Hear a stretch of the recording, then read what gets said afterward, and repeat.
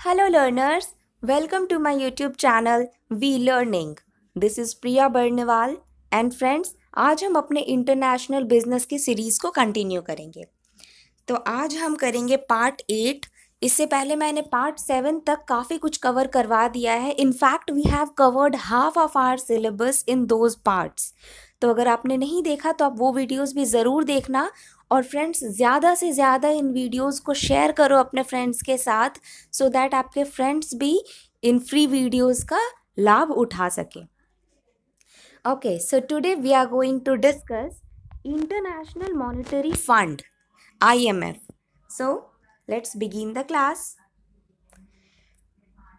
International Monetary Fund क्या होता है? ये इट्स एन ऑर्गेनाइजेशन। ये क्या है? IMF एक ऑर्गेनाइजेशन है जिसमें 189 कंट्रीज हैं। कितने मेंबर्स हैं IMF में? तो 189 कंट्रीज हैं। Okay, working to foster global monetary cooperation. क्यों लाया गया IMF? ये लाया गया so that globally monetary cooperate किया जा सके। लाइक किसी कंट्री को अगर करेंसी की ज़रूरत है, पैसे की ज़रूरत है, लोन की नीड है फॉर देयर डेवलपमेंट, तो उसकी हेल्प कौन करेगा? IMF करता है। हाँ, बट आपको ये याद रखना है कि ये शॉर्ट टर्म लोन प्रोवाइड करता है IMF। Okay, now to secure financial stability, अगर फाइनेंशियल स्टेबिलिटी अच्छी नहीं है अपनी कंट्री की, तो उसके लिए IMF आया है। Facilitate international trade, international trade में फैसिलिटेट कर सके और आपको अच्छे से इंटरनेशनल ट्रेड आपकी कंट्री कर सके, उसके लिए आया। It promote high employment and sustainable economic growth. High employment and sustainable economic growth के लिए लाया गया IMF को। And it reduce poverty around the world. और ये क्या करता है? ये फाइनेंशियल असिस्टेंस प्रोवाइड करता है कंट्रीज़ को, सो दैट पूरे वर्ल्ड में पॉवर्टी का जो लेवल है ना वो डाउन हो सके। Okay, now IMF was conceived in July 1944। कब आया ये? 1944 में आया। At the United Nations, UN United Nations के अंदर आया है ये। किसमें? ब्रिटेन वुड कॉन्फ्रेंस में। एक यूनाइटेड नेशन का एक ब्रिटेन वुड कॉन्फ्रेंस हुआ था। ओके, कहाँ हुआ था ये कॉन्फ्रेंस? ये कॉन्फ्रेंस हुआ है आपका US में, न्यू हैम्पशायर US में हुआ है ये कॉन्फ्रेंस। इसके अंदर आया आपका IMF। ना, फाउंडिंग मेंबर्स कौन से हैं? कितने हैं IMF के? कौन से हैं वो याद रखना पॉसिबल नहीं है क्योंकि 44 कंट्रीज हैं। ओके, तो हमारे एग्जाम पॉइंट ऑफ व्यू से इम्पॉर्टेंट क्या है? 44 कंट्रीज। तो फाउंडिंग मेंबर्स हैं 44। एंड हेडक्वार्टर कहाँ है आपका IMF का? तो वो है वॉशिंगटन DC में। यह है आपका US में। ओके, नाउ एग्जीक्यूटिव बोर्ड कौन से हैं IMF के? तो वो है आपका 24 डायरेक्टर्स, ईच एक second 24 directors each representing a single country और group of countries. Okay, 189 countries का ऑर्गेनाइजेशन है ये, जिसमें से 24 डायरेक्टर्स होते हैं। और वो 24 डायरेक्टर्स या तो एक सिंगल कंट्री को रिप्रेजेंट कर रहे होते हैं या तो ग्रुप ऑफ कंट्रीज को रिप्रेजेंट कर रहे होते हैं IMF में। Okay, now primary AIIMS, main aims क्या है? क्यों लाया गया IMF? तो it promote international monetary cooperation. ये इंटरनेशनल लेवल पे मॉनेटरी कोऑपरेशन हो सके, जिसको भी नीड है, मॉनेटरी नीड है किसी भी कंट्री को, तो वो कहाँ जाती है? IMF के पास जाती है। बट जब हमारे पास शॉर्ट टर्म नीड हो ना, तो हम IMF के पास जाते हैं, और जब हमारा लॉन्ग टर्म नीड होता है तो वर्ल्ड बैंक के पास जाते हैं हम। हमारी कंट्री या कोई भी कंट्री वर्ल्ड बैंक के पास कब जाती है? जब लॉन्ग टर्म नीड हो। और हमारे यहाँ IMF के पास कब आती है? जब शॉर्ट टर्म नीड होता है। ये आपको याद रखना है।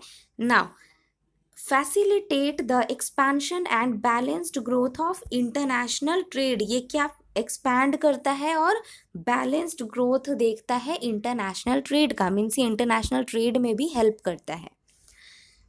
Now it promote exchange stability.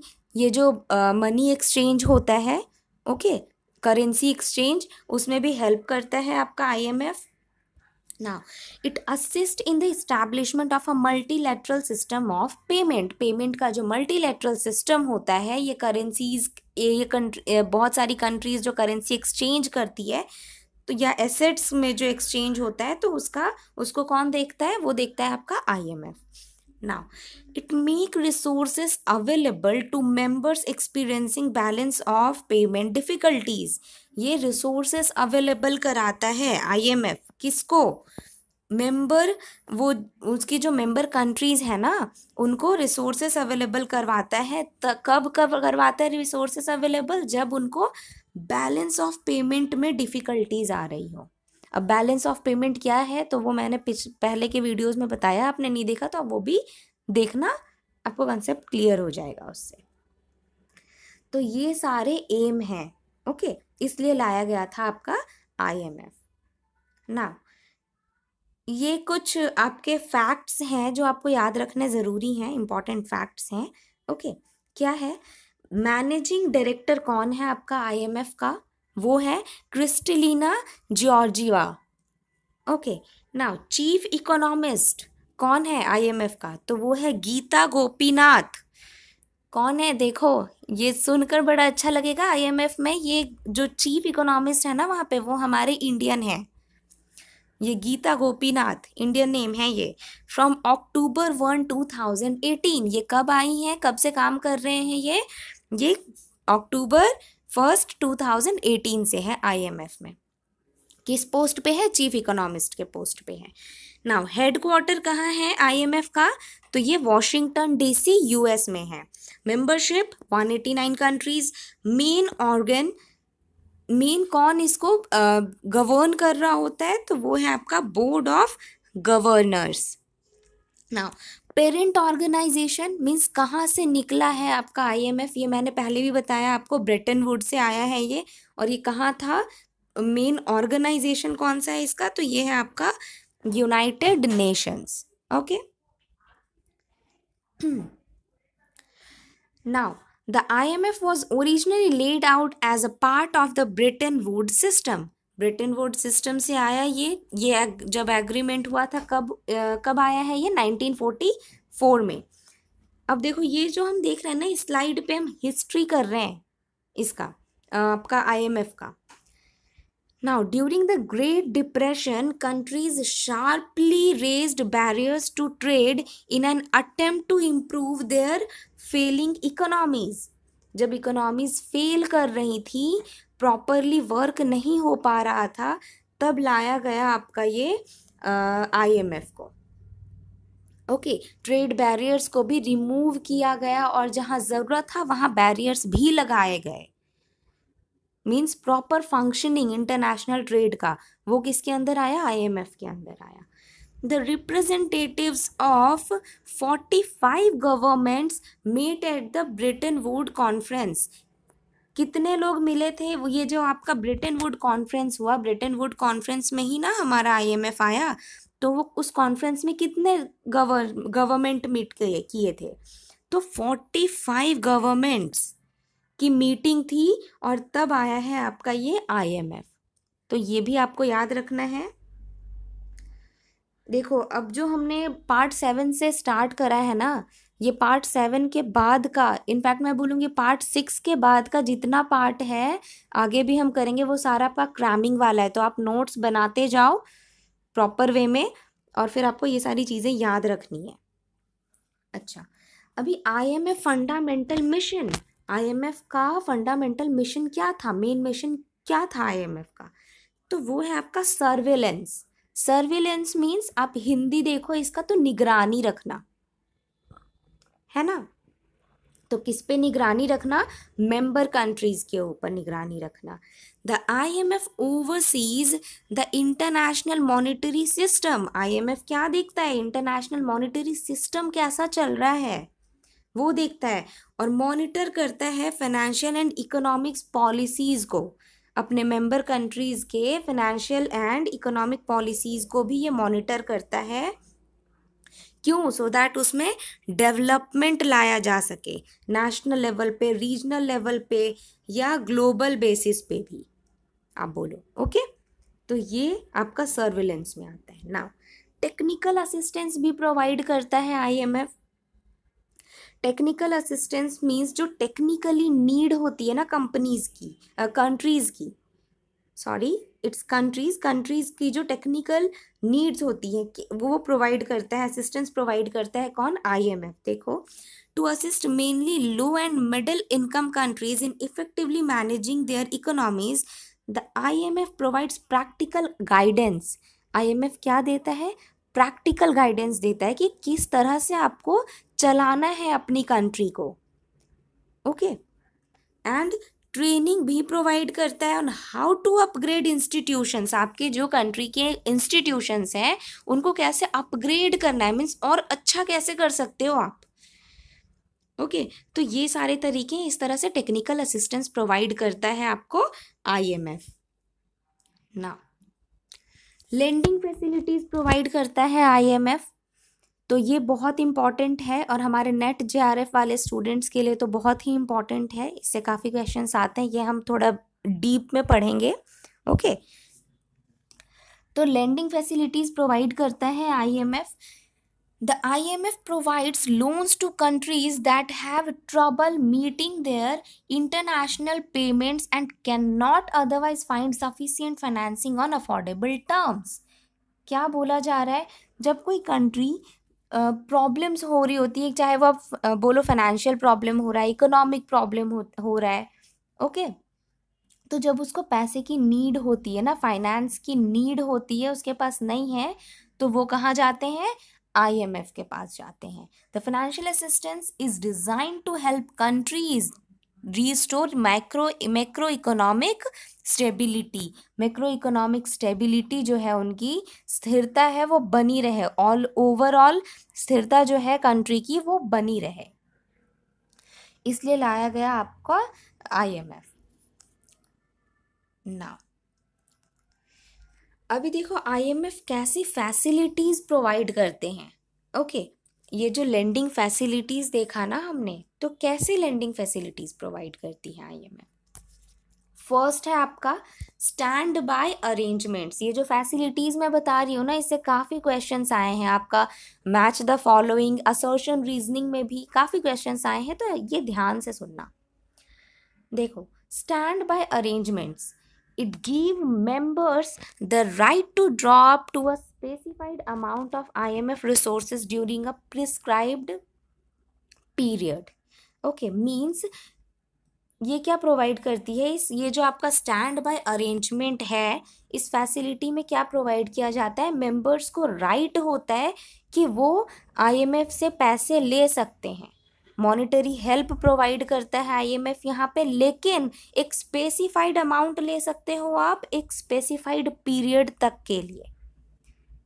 Okay, अब वो क्या है? देखो, it typically cover a 12 to 18 month period, although they can extend up to 3 years. Mainly आपको लोन किस तरह से प्रोवाइड किया जाता है इस स्टैंड बाय अरेंजमेंट फैसिलिटी में? तो आपको 12 to 18 months पीरियड का मिलता है loan. Okay, and they can extend up to 3 years, और वो आप 3 साल तक के लिए भी एक्सटेंड कर सकते हो। इन केस आप 3 साल तक के लिए भी एक्सटेंड कर सकते हो, मीन्स और ज़्यादा बढ़ा सकते हो। Now repayments are to be made within 3.5 to 5 years of each drawing. आप एक एक ड्राइंग कर रहे हो ना, ड्रॉ कर रहे हो पैसा, तो हर एक ड्राइंग पे आपको रीपेमेंट कब तक में करना है? तो 3.5 से 5 साल के अंदर आपको रीपेमेंट करना होता है इस फैसिलिटी के अंदर। ओके, नाउ नेक्स्ट क्या है आपका?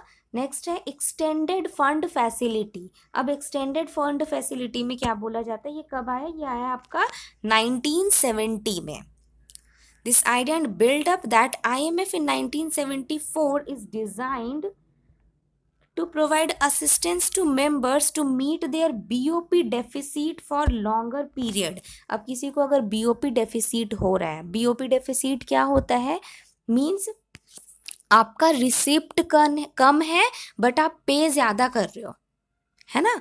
मीन्स आप क्या कर रहे हो? आप एक्सपोर्ट कम कर रहे हो पर इम्पोर्ट ज़्यादा हो रहा है, तो आपका BOP डेफिसिट होता है।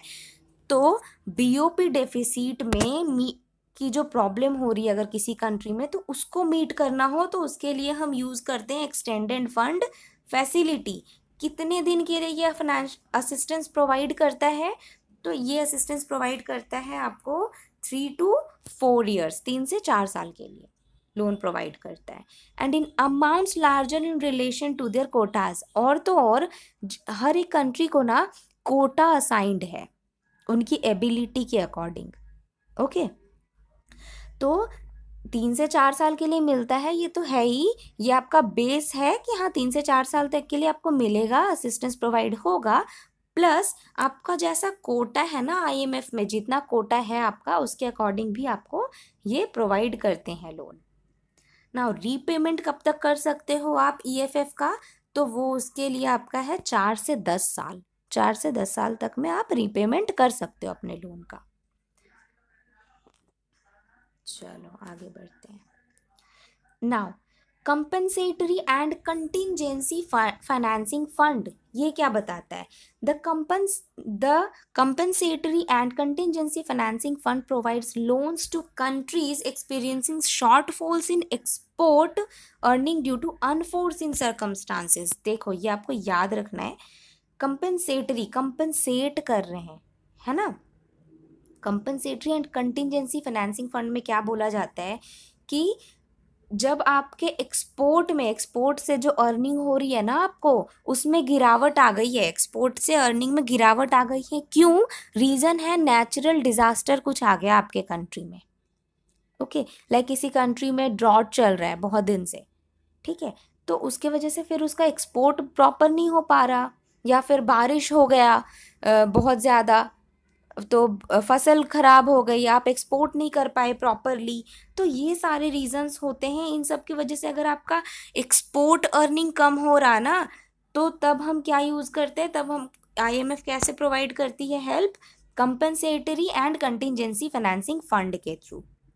Okay, and repayments are made in 3.5 to 5 years. और इसमें रीपेमेंट कैसे होता है आपका?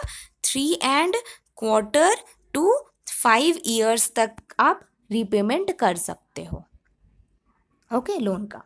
नाउ सप्लीमेंटल रिजर्व फैसिलिटी, ये क्या है? तो supplementary reserve facility provides very short term financing to on a large scale. एक लार्ज स्केल पे आप बहुत छोटा फाइनेंसिंग मतलब शॉर्ट टर्म फाइनेंस प्रोवाइड कर रहे हो बहुत थोड़े समय के लिए। अब ये कब होता है? देखो, to emerging market economies experiencing sudden loss of market confidence, एकदम से लॉस हो गया, ओके, तो तब आपको इंस्टेंट पैसे चाहिए, तो तब वो होता है आपका शॉर्ट टर्म फाइनेंस, तब प्रोवाइड करती है आईएमएफ थोड़े समय के लिए, जब एकदम से लॉस हो रहा है, आपको सडन लॉस हो गया मार्केट में, तो उसको क्या बोलते हैं? Supplemental reserve facility. Okay, now poverty reduction and growth facility, PRGF, अभी यही चल रहा है आपका, ठीक है। मेनली देखो ये क्या है? Concessional loans are granted to low income countries at a concessional interest rate. क्या करते हैं इसमें, इस आपका जो ये फैसिलिटी है इसके अंदर लोन ग्रांट किया जाता है। कैसा loan? Concessional loan, concessional interest rate. Concessional means कुछ कंसेशन दी जाती है, कुछ छूट दी जाती है लोन पे। इंटरेस्ट रेट जो होता है ना उसमें कुछ छूट दी जाती है। किन कंट्रीज को प्रोवाइड करती हैं ये? तो ये लो इनकम कंट्रीज, वैसी कंट्रीज जिनकी इनकम कम है, ओके, जिनकी एक्सपोर्ट ज़्यादा नहीं हो पा रही हैं, तो इनकम तो कम ही होगा, ऑब्वियस है ये। तो इनकम जब कम होता है वैसे कम कंट्रीज़ को लोन प्रोवाइड करा जाता है इस फैसिलिटी के अंदर, और उनको कुछ छूट दी जाती है इंटरेस्ट रेट में। Okay, now the PRGF replaced the ESAF in November 1999 for this purpose. तो इसके लिए ये जो छूट दी जा रही है, पॉवर्टी रिडक्शन, क्यों छूट दी जाती है? लो इनकम कंट्री है और इम्प्रूवमेंट किस में लाना है? तो पॉवर्टी को रिड्यूस करना है और ग्रोथ फैसिलिटी को बढ़ावा देना है ना। इसलिए तो ये जो PRGF है ना, ये रिप्लेस करता है किसको, ESAF को। अब ये ESAF क्या है ये हम आगे पढ़ेंगे। Okay, now contingent credit lines. Contingent credit lines क्या है? This finances national economic policies aimed at averting an economic crisis precipitated by crisis elsewhere in the world। जब इकोनॉमिक क्राइसिस आ जाती है ना, तब हम यूज़ करते हैं कंटिंजेंट क्रेडिट लाइंस। और इसकी रिपेमेंट कब तक में होती है? तो इसके रिपेमेंट का पीरियड है आपका 1 to 2 years, 1 से 2 साल में ही आपको रिपेमेंट कर देना है। एंड कैरी अ सरचार्ज, और ये सरचार्ज भी कैरी करता है। सरचार्ज मीन्स जो आपका टैक्स लगा है उस पर भी और ज़्यादा थोड़ा सा टैक्स, मतलब चार्ज पे और चार्ज करना। ओके, तो ये हो गया सरचार्ज। तो ये था आपका contingent credit line facility. Now structural adjustment facility. अभी मैंने बताया ना आपको PRGF वो किसको रिप्लेस करता है, तो वो ESAF को रिप्लेस करता है। तो ये पढ़ेंगे हम स्ट्रक्चरल एडजस्टमेंट फैसिलिटी। और अभी वो क्या हो गया, फिर उसमें थोड़ा उसको चेंज लाया गया उसमें, और फिर उसमें क्या बोला गया, enhanced SAF means ESAF, enhanced SAF। अब ये क्या है देखो, it was introduce for the benefit of low income countries. ये भी क्यों लाया गया, लो इनकम कंट्रीज के लिए लाया गया। And loans are for 10 years with a grace period of 5.5 years। इसमें लोन्स प्रोवाइड किए जाते हैं कितने समय के लिए, तो 10 साल के लिए, पूरे 10 years के लिए। और तो और थोड़ा ग्रेस पीरियड भी दे दिया जाता है इनको। कितने का ग्रेस पीरियड मिल सकता है, तो 5.5 years का ग्रेस पीरियड मिलता है। Now N extended version of SAF। ये जो SAF है इसका एक्सटेंडेड वर्जन क्या है, SAF का एक्सटेंडेड वर्जन है आपका ESAF, that is enhance structural adjustment facility. अब इसको कब इंट्रोड्यूस किया गया, तो ESF को इंट्रोड्यूस किया गया है 1987 में। ओके, ना मीन्स जस्ट 1 साल बाद SAF आया ना आपका 1986 में, फिर जस्ट 1 साल बाद आपका 1987 में ESAF आया। Now the ESAF has been replaced by a new facility called PRGF, poverty reduction and growth facility. अभी हमने करा ना लास्ट स्लाइड में, ESF को रिप्लेस कर दिया गया। किसने रिप्लेस किया है, एक न्यू फैसिलिटी लाई गई, poverty reduction and growth facility. Poverty को कम करना है और ग्रोथ फैसिलिटी को बढ़ावा देना है ना। ये कब रिप्लेस हुआ है, ESAF को रिप्लेस कब किया गया, 1999 में। ओके, सो आई होप आपका क्लियर हो गया हो। अब IMF से रिलेटेड ना एक बहुत ही इम्पॉर्टेंट टॉपिक है हमारा, जिससे क्वेश्चंस आए हैं प्रीवियस ईयर में, काफ़ी क्वेश्चंस आए हैं। इनफैक्ट आपका दिसंबर 2019 में भी आया था SDR का क्वेश्चन। ओके, ये SDR। अब क्या होता है ये स्पेशल ड्राइंग राइट्स, क्या है ये, तो it's an international reserve asset. ये एक इंटरनेशनल रिजर्व एसेट है। ओके, फॉरेन एक्सचेंज जब हम करते हैं ना, फॉरेन मीन्स इंटरनेशनल लेवल पे जब हमारा एक्सचेंज होता है, तो वो आप एक तो आप कैश में कर सकते हो।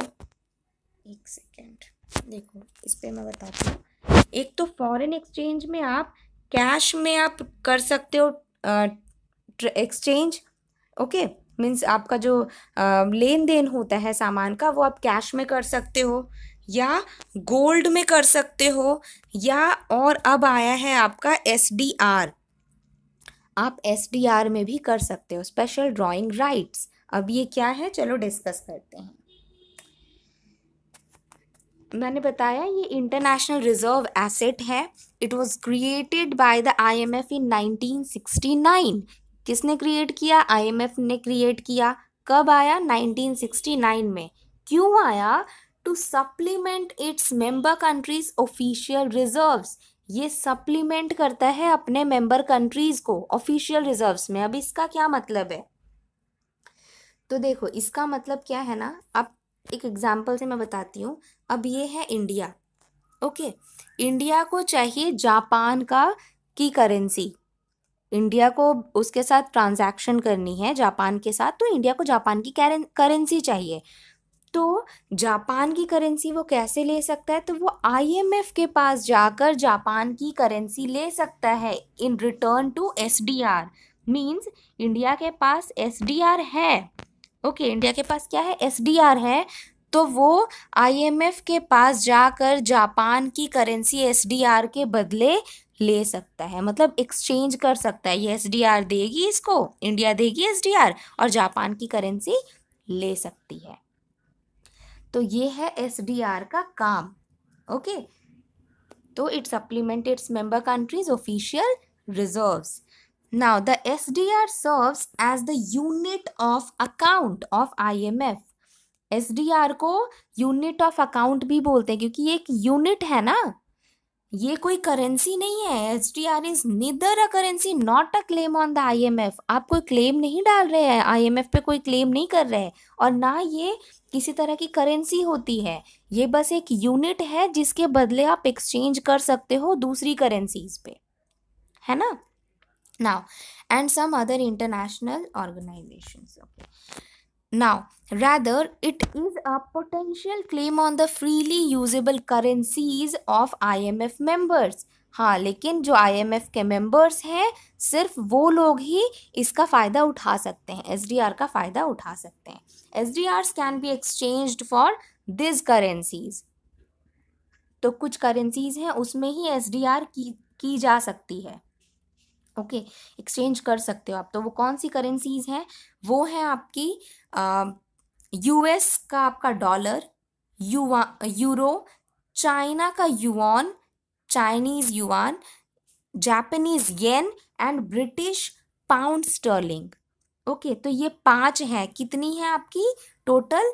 5 करेंसीज हैं, इनमें आप एक्सचेंज कर सकते हो। एसडीआर को आप इनके लिए यूज़ कर सकते हो। अच्छा, अभी ना एक बहुत इंपॉर्टेंट बात है, क्या है वो?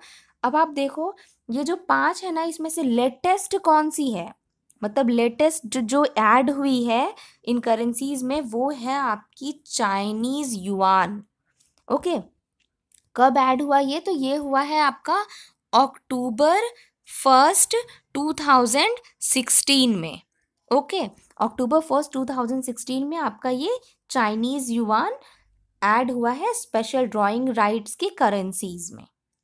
I hope this is clear ना। अच्छा देखो, ये मैं भूल गई ऐड करना यहाँ पे, आप ये सुन लो। अब एग्जाम में ना ऐसा भी पूछता है कि क्या जो एसडीआर होल्डर्स होते हैं उनको इंटरेस्ट लगता है? तो हाँ, उनको इंटरेस्ट लगता है, इंटरेस्ट चार्ज की जाती है उनको। जो एसडीआर होल्डर होते हैं ना, लाइक हमारी इंडिया अगर एसडीआर होल्ड करती है तो हाँ, उस पर इंटरेस्ट चार्ज किए जाते हैं, ओके। चलो, so that's all for today's class friends. और अगर आपको मेरी वीडियो अच्छी लगी हो तो उसको लाइक करना, अपने फ्रेंड्स के साथ ज़्यादा से ज़्यादा शेयर करो, सो दैट वो लोग भी इस फ्री वीडियो की, इस फ्री क्लासेस के फ़ायदे उठा सकें। So keep sharing. And friends, ये मेरा टेलीग्राम का चैनल है, आप वी लर्निंग करके सर्च करना, या मैं कमेंट बॉक्स में भी पिन कर रखी हूँ, ओके। मैं पिन कर दूँगी अभी अपना टेलीग्राम चैनल का लिंक, तो आप वहाँ से भी जा सकते हो मेरे टेलीग्राम चैनल पे। उस पर मैं डेली पेपर 1 क्विजेस करवाती हूँ, एंड जैसे जैसे हमारे टॉपिक्स कंप्लीट होते जा रहे हैं पेपर 2 के, मैं वहाँ MCQs भी करवा रही हूँ, पेपर 2 के भी क्विजेस करवा रही हूँ, तो आप वो भी ज़रूर लो। और अगर आपने मेरे चैनल को सब्सक्राइब नहीं किया है तो सब्सक्राइब कर लेना मेरे से जुड़े रहने के लिए, सो दैट मैं जब भी वीडियोस लेकर आऊँ आपको टाइम टू टाइम नोटिफिकेशंस मिलते रहें। सो अब क्लास को रैप अप करते हैं। Thank you, keep on learning.